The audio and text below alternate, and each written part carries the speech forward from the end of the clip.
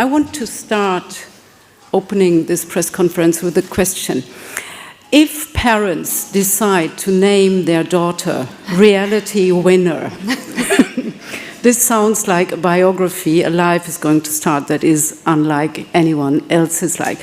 So I want to take this reality name as a key to trying to find a way into this room that your film opens, which is somewhere based between fiction, non-fiction, feature film, and documentary. And I wonder, where do you exactly place this, or does it play a role where you place it in this gray zone which you explored? I mean, right, her name, Reality Winner, given at birth. So the poetics of that are immediately like this thing to work from, right? Like it doesn't sound like a real name, but it's real. And then it means something so meta and bigger. And then it's also just this very real person's name, this incredible young woman. That is her name, how she moves through the world. So I think with all that in mind, the idea to like once I had the transcript as an idea, as a script for the movie, like keeping it all to this hour and a half in this one woman's life, how do I treat that as realistically as I can with the words I have, which are the transcript, but then imagine into the edges of that to make both the film and fill out this young woman, like to make her reality this film reality. So that's the exact space I was imagining into when I first wrote the screenplay and then in the work of making the movie. My next question goes to both agents, because you're collaborating very much like ensemble agents. If you compare your previous acting experiences when you have a screenplay, and maybe somebody says, oh, I can't say it this way, can I say it that way? This film very, very meticulously stays true to the protocol, to the transcription. How did you experience this? Was this kind of a restriction different, and where was your acting for this film different from other acting experiences? That's a good question. Yeah, I mean, I think we both come from doing a lot of theater, especially, so the text is always honored, you always feel a responsibility to the playwright to get all the words in the right order as much as possible. And in this case, for me at least, even more so, because you knew these are things that actual people really said, and this was the record, this was the actual record. And so I wanted to try to get it every and as close as possible, because no one can write like this. I mean, if you asked a writer to write, it doesn't happen. Yeah, I mean, it's because the way these little word salads come out when you're. He's doing it right now. Yeah. It's how I speak, and so but you never get writing this good. I mean, I felt very. It felt like a great treat to be able to speak the way that people speak, and not in a way that's so written. For me, it felt very freeing once you learned it, but it was very, very, very hard to learn for me. Yeah, it's kind of liberating once you sort of lock into it, because it is so. I mean, it is exactly the exact transcript from the day, and once we are sitting on the side going through the text, it's fun. Yeah. As an actor, it's just fun to be able to do that. You in theater, you don't really, or in other things, you don't get the opportunity to speak in a way that is so close to what you do on a daily basis. Yeah. Sydney Sweeney, being known for Euphoria and The White Lotus, you have impersonated reality. A woman very much alive, in real life, in reality, and also on the internet. So she's got an incredible presence and an incredible debate around her. How did you relate in the process of making this film, from the start, from preparing for this, to maybe today, to the real reality? Well, I had the honor and the privilege to be able to actually communicate with reality. I was able to Zoom with her. Tina connected us. Yeah. And I would text her throughout the process. And before I even got it, when I was auditioning, I went and found as many interviews that I could of reality so that I could watch how she speaks, how she moves, different mannerisms. And I took that into the audition. So when Tina connected us, I was like, oh my God, this is a dream for an actor because I'm actually getting to speak to the real person and getting to dive more into their mind and what she's gone through in her life. So I open to questions from your side. Please raise your hands, and we have microphones. Oh, hey. Hello, I'm Bahari Sigit, African Refugee News. I have to praise the director because it was impressive, the timing that you took to make this film. Because we don't know about the FBI, but it was so beautiful to know that they knew what she did, but they never told her. They were expecting her to tell them, you know. And this timing, how did you do it? Because the dog, marvelous. He was the cat. No, really. Right. Because I saw this film in January, so I had time to think about it, and impressive acting, all of you, especially the FBI agent. Wow, you were really great. Maybe I should watch it. I know, Josh won't watch himself, and I told him he needs to watch himself. He's to watch it. Maybe we can stay with this situation in the room. And this is actually a question I have for all of you. A little bit what this gentleman said for me is also true. The film so stayed with me when I first saw it, and especially this dynamic in the room between one woman and the two men. I thought this was really something like making me think what is happening with the way of how we look at Julian Assange and Edward Snowden as people and how they are portrayed, what kind of an afterlife they've had after their political intervention. So different.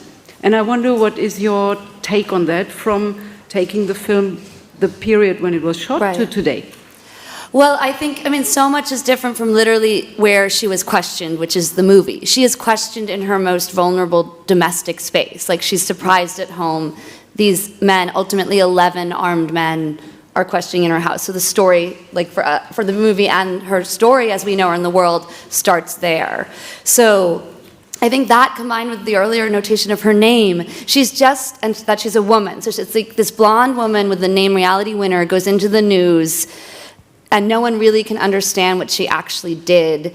They don't even understand how it went down, like how she was even captured and stuff. So it's always set off, like, there's a weird enigmatic thing about her. Like, if you ask people in the United States for so long, they're like, I didn't really pay attention because I thought she was on a reality TV show.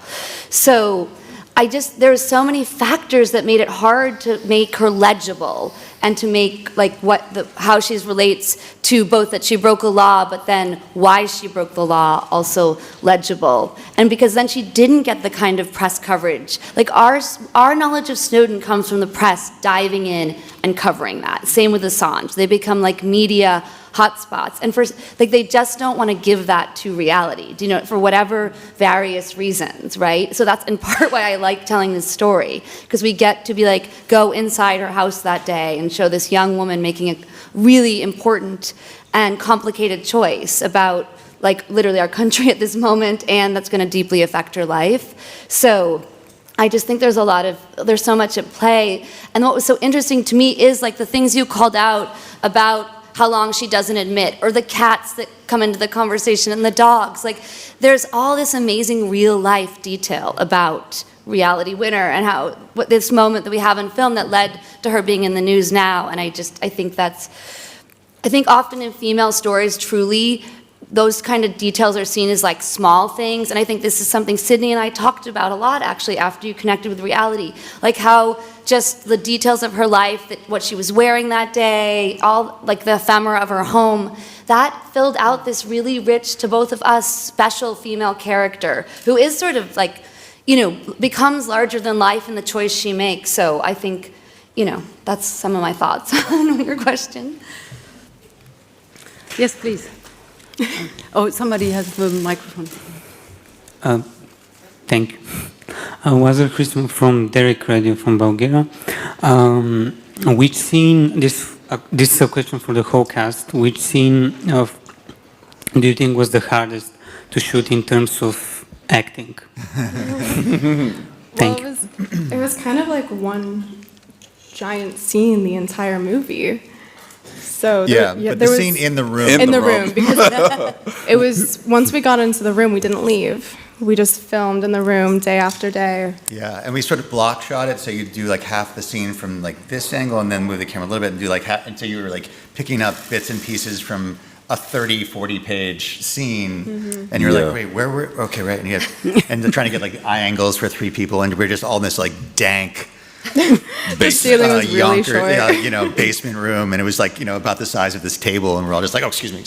Yeah, and just keeping track of what was actually said. Yeah. You know, like you're in that room, we were in that room for days, and I was like, okay, wait, she didn't admit that yet. No. Is this where I say ah, or you know, yeah. The intercept? Yeah. Allow me to have one question that needs to be asked now. Now you're laughing about this as if this is such a happy comedy, and also in the film it feels like it's so light, and you're also polite, so incredibly polite, and yet I haven't seen a single movie in a long time that I found so eerie. Please. Well, that is, I mean, we watched a lot of interrogation videos and techniques of interrogators, and they, you know, a lot of it is just like, hey, we're just talking here. You know, it's trying to make people feel at ease and comfortable, and sort of let them sort of hang themselves by their own rope, you know, but it's making them, you never want to force it too much. You have to, if you see them sort of tensing up, you got to ease back a little bit. And You want to create an environment that helps them talk. You want to create an environment that gets them to, I mean, as Josh said, hang themselves. I talked to a friend of mine who was a retired FBI agent right before we started, and the kind of interview that we did in the film is called a non-custodial interview. And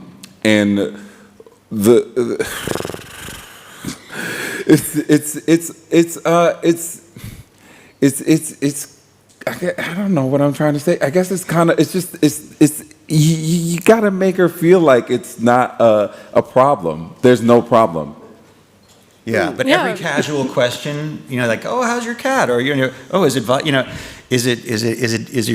dog nice? And it's like every question they ask her has a specific reason that it all seems very casual, but none of it is. It's all, there's this creepy undertone of them just like, you know, calibrating every answer and watching her and sort of saying like, oh, is she nervous? Is she, you know, is she starting to breathe a little heavier? You know, it's all these little, but it's keeping it very light, you know? Yeah. And she doesn't respond in the way that you think she would. Like I mean, she didn't know what you guys were, you guys, the FBI agents, were there for. She doesn't respond in the way you think one would when the FBI knocks on your door. She's like, you guys ready to rent my house? Like, she has such a hilarious humor to her, and I think that really shows on screen. Yeah. And when I first read the transcript before meeting reality, I was like, what is going on? What is she saying? And then when I met her, I was like, oh, she's trying to lighten the energy in the room right now. She feels uncomfortable. She doesn't know what's going on. So she's going to her safe space of, let's bring some humor into the room. Yeah. Totally. Hi, is this working? Yeah. Yes. Hi, Selina with The Upcoming. I have a two-part question, whether you shot in chronological order, and also I was wondering, Tina, if you could speak a little to the choice of how you decided to stage the redacted elements in the transcript. Yes, we didn't shoot in order, And yes, the redactions are this like really fascinating part because they're noted in the transcript, right? So they're part of the script, like they're a non-word word. And it felt really important to me to keep the rhythm of this, to keep those there. And I thought they're so much about power themselves, right? Like literally a word is kept from someone once a document is redacted, and I think that had really interesting resonances that I was sort of like, if we could keep that in the film, that sense of someone controlling what you read when, like if you see the word, and so in the film it became maybe controlling what you see when. So with film, we could do that. Like we could literally redact the human from the dialogue being said. So that was like, how do we do that? So then it was like playing around with edit and art to like get to what I thought, that's really exciting thing we came to, but it was the idea to treat that taking away and that power of the word being gone, the power of the dialogue. So then you don't understand something, yeah. Hi. In the transcript, Brittany was never given the right to remain silent or the right to an attorney. I was wondering if this is FBI procedure and if the FBI agent in real life were ever accused of misconduct. I mean, they sort of tricked her a little. I don't know. That is to do with what Marchánt alluded to, that by the FBI was considered a non-custodial interrogation or questioning. So by that they mean that they say that reality could have left at any time. Like even after they've said, can we have your car keys? Can we have your phone? We have now lined your driveway with other cars and put yellow tape around your entire yard, but you were actually free to leave. You could have told us you wanted to leave or get a lawyer. And that's because if it was a custodial one, they would have said the Miranda rights. So if we brought her into an interrogation room, like at the FBI office. He asked, do you want to stay here or do you want to come into the office? And she elected to stay. She elected to stay, yeah. And then she never asked for a lawyer. Yeah, she should have, yeah. This is Matic Majcen from the Slovenian daily newspaper Večer. I have a question for Tina. Your film falls into quite a large line of dialogue-driven films in the history of cinema. So I just wonder if films such as My Dinner with Andre and 12 Angry Men were an influence when you were deciding to adapt this into the film. I love My Dinner with Andre, and I like 12 Angry Men. They weren't direct influences, but I did think a lot about movies like that, and like how do you control and keep energy moving and flow, and how do you build the rises and falls if you're going to stick to like, let's just talk for a really long time, in this, which felt really important and then exciting and challenging to do. So the legacy and the lineage of those sorts of films was in my mind. Not those two super explicitly, but yes, I was thinking a lot about how do you keep that kind of flow and dialogue going to sustain over this. Please. Hi, I'm Chiara from Real Review, speaking of reality. Anyway, I have a question about the fact that it is, in my knowledge, the first time that both Tina and Sydney make a debut on a big screen. So one of you comes from television and the other one comes from the world of theater, and you're both very much established in this world. And I was wondering what were the biggest challenges in adapting this to the big screen, but also what are the things that the learnings that you're bringing both from television and theater? I like how this, yeah. On the big screen before. Yeah, Sid's been on the big screen before. But so I'll let her talk about that instead. But she hadn't made a movie with us before.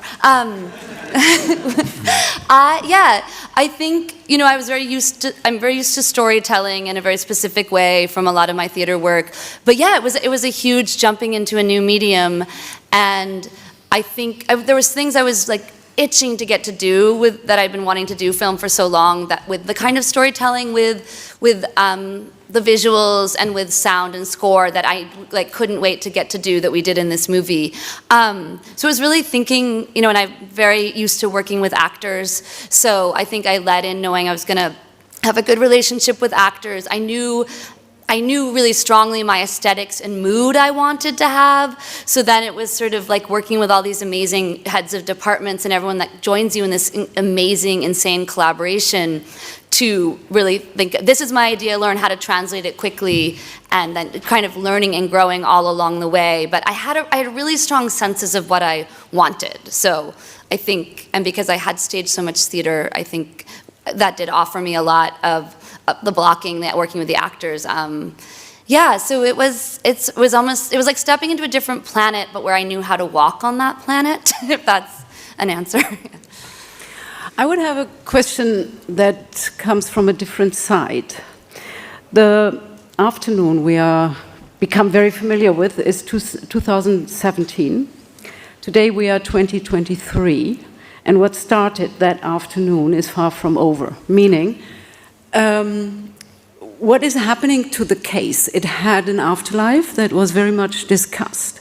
My question to you is, what do you hope to achieve with this film when it comes to the ongoing current political debate about not only reality, but about the larger picture that this is all about? Right, because of course I want the story to help tell reality winner's story.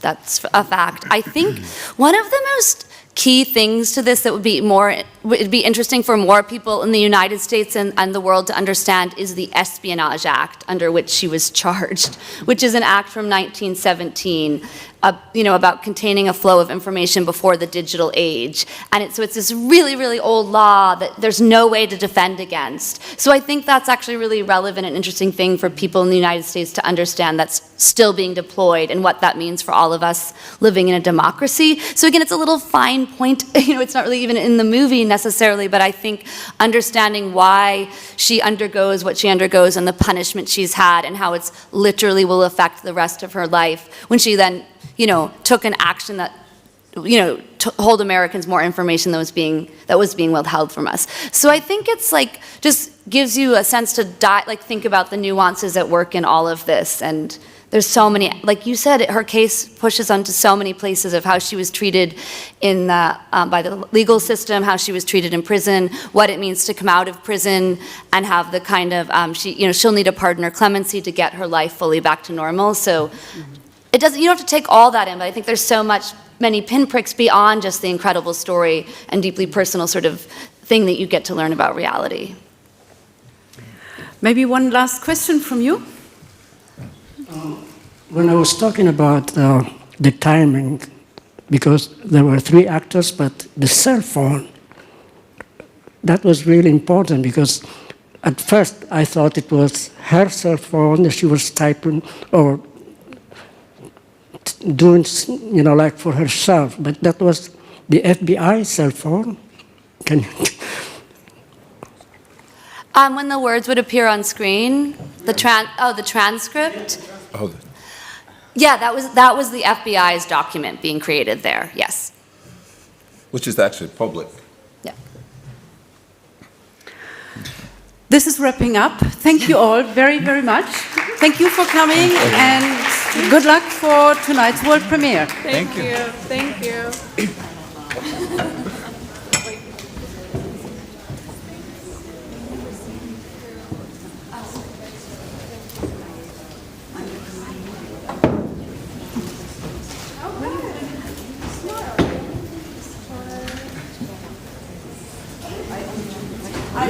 We're here tomorrow. Q&A after that. Oh, we're not. We're just here tomorrow.